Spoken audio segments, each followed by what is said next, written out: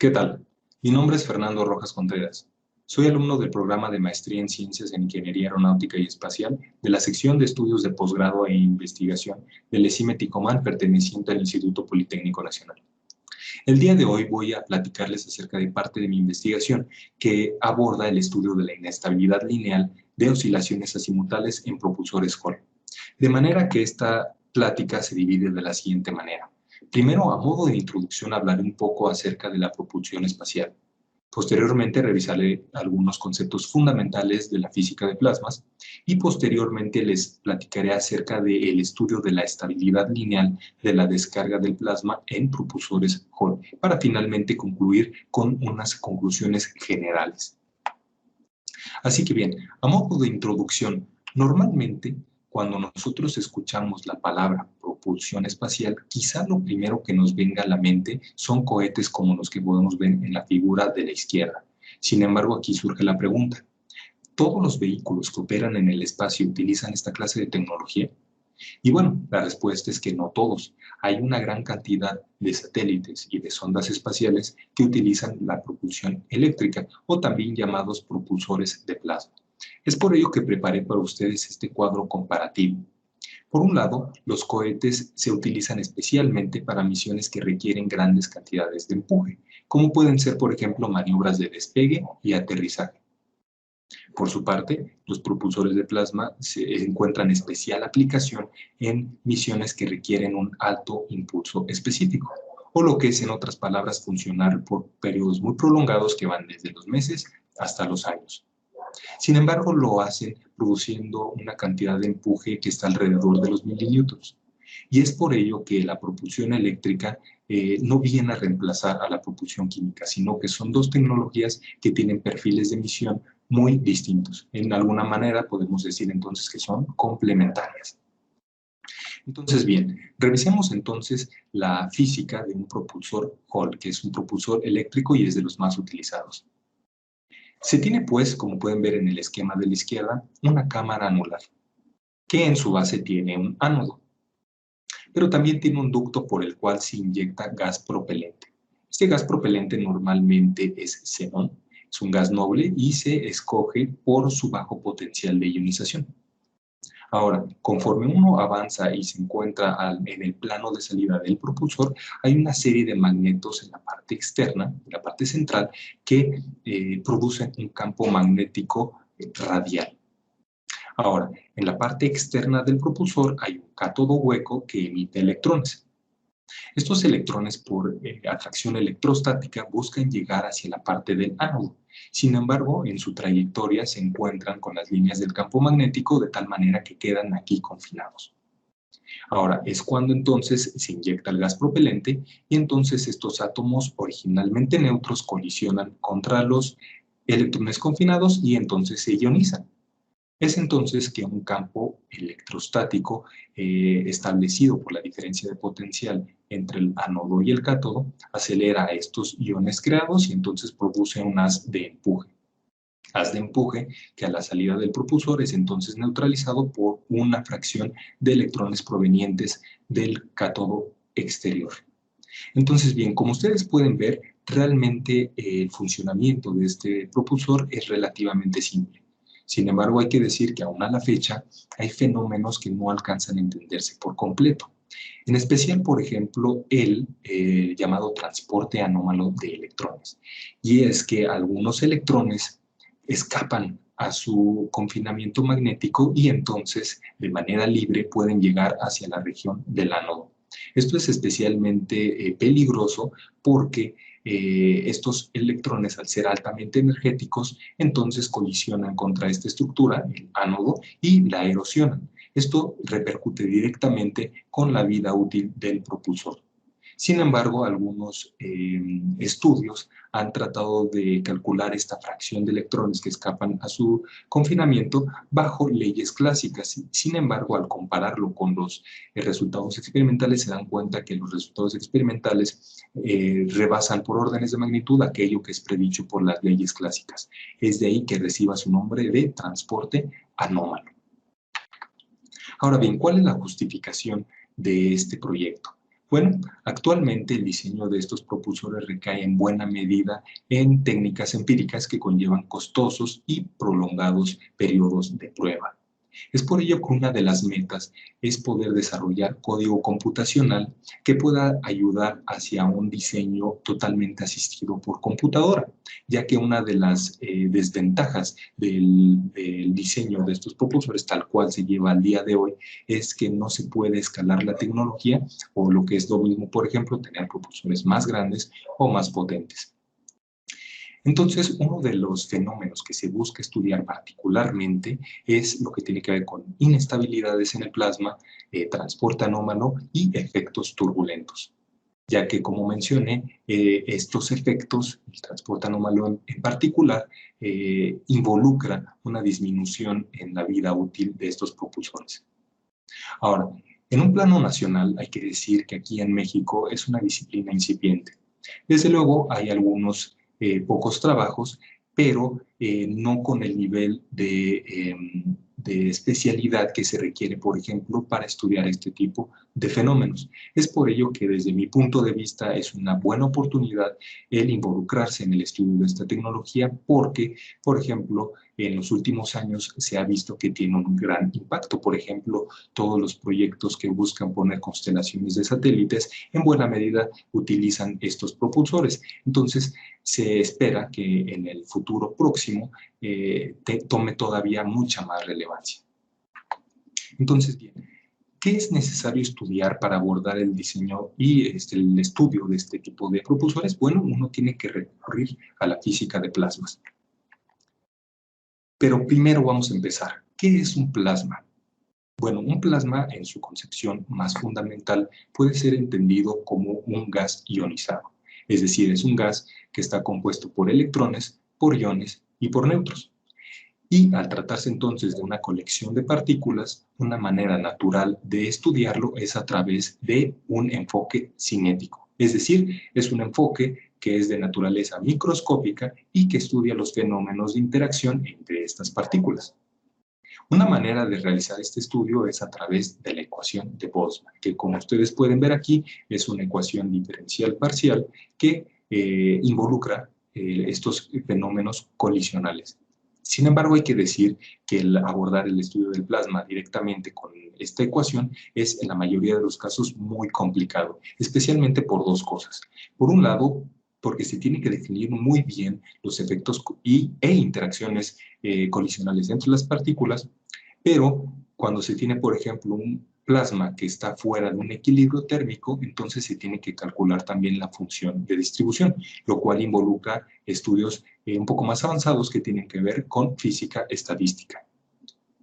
Pero no solo eso, sino que si se quiere abordar desde un punto de vista computacional, entonces al tratarse de millones de partículas, se resulta en código computacional que es sumamente exigente desde un punto de vista computacional. Entonces, una manera de aliviar un poco esta situación es tratar al plasma desde un enfoque fluido. Este enfoque fluido es de naturaleza macroscópica, o lo que es, en otras palabras, se estudian efectos que están solamente en una escala comparable a las dimensiones del dispositivo que se esté estudiando. Este enfoque fluido toma en cuenta solamente cantidades promedio, como pueden ser, por ejemplo, la densidad numérica de cada una de las especies en el plasma de manera global, la velocidad promedio de este conjunto de partículas, su temperatura promedio, etcétera. Normalmente este enfoque fluido es descrito por ecuaciones de conservación, que pueden ser conservación de partículas, cantidad de movimiento o energía, y que de alguna manera son ecuaciones que son reminiscentes a las ecuaciones de Navier-Stokes que se utilizan en la dinámica de fluidos. Sin embargo, como este enfoque se obtiene a través de calcular momentos de la ecuación de Boltzmann, entonces es de alguna manera menos general que el enfoque cinético. Entonces, bien, con esta información entonces describiré en qué consiste el estudio de la inestabilidad lineal de la descarga del plasma en este tipo de propulsores. Lo primero que se tiene que hacer es definir bajo qué esquema se va a tratar el plasma, si en un enfoque cinético o en un enfoque fluido. Esto es muy importante, ya que a través de esta definición se tendrán fenómenos totalmente distintos, así como variables muy distintas. Por ejemplo, para este estudio yo elegí el enfoque fluido y como ustedes pueden ver aquí, entonces se tienen 3 ecuaciones de conservación.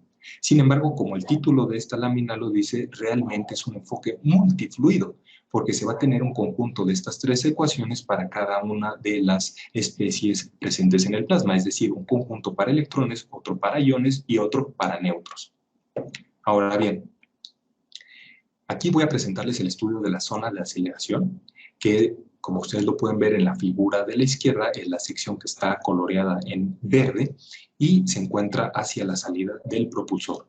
Algunas de sus características son enlistadas en el lado derecho y es aquí el punto en donde también se busca estudiar la importancia de algunos gradientes, por ejemplo. En este caso se tomó en cuenta el gradiente del plasma y gradiente de la velocidad ciclotrónica de electrones, a modo de ver la repercusión que tienen estos gradientes sobre la inestabilidad del plasma.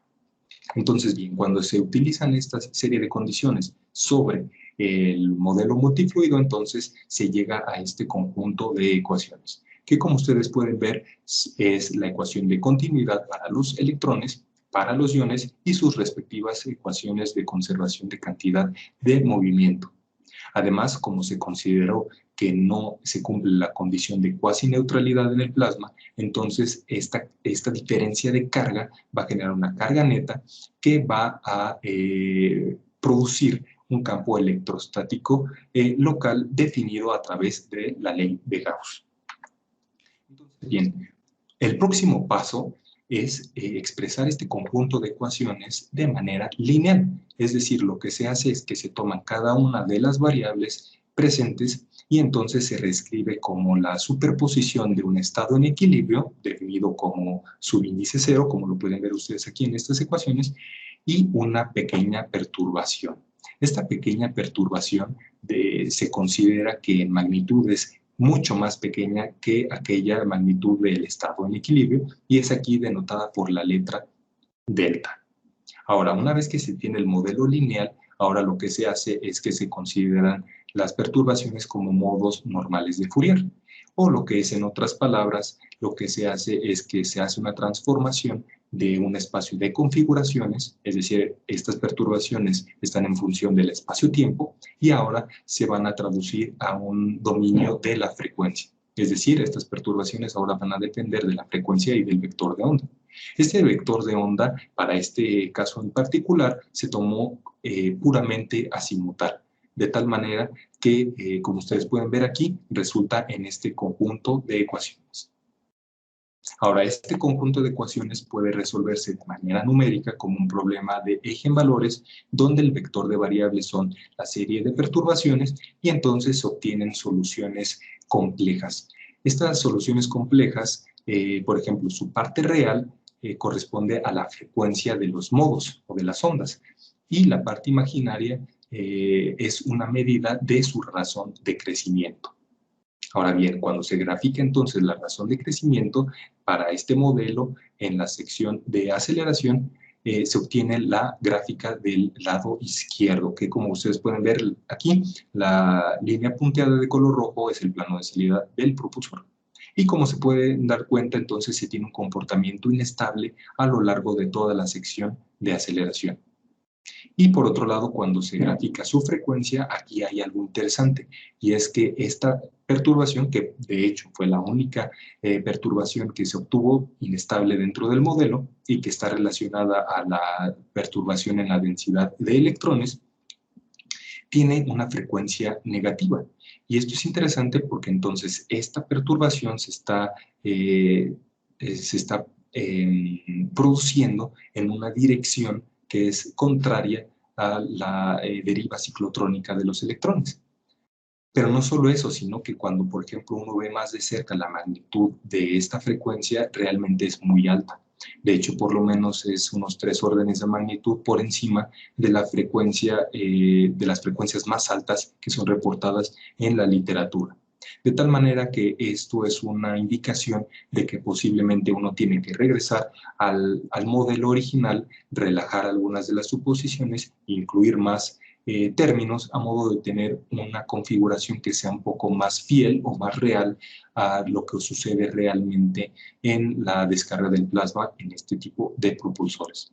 Por último, hay que mencionar que cuando se hizo una variación de parámetros, se vio que el modelo es más sensible a variaciones en el gradiente de densidad del plasma que en el gradiente, en variaciones del gradiente de la velocidad ciclotrónica de los electrones. Entonces, bien, a modo de conclusión, ¿qué relación tiene entonces este tipo de inestabilidad con el transporte anómalo?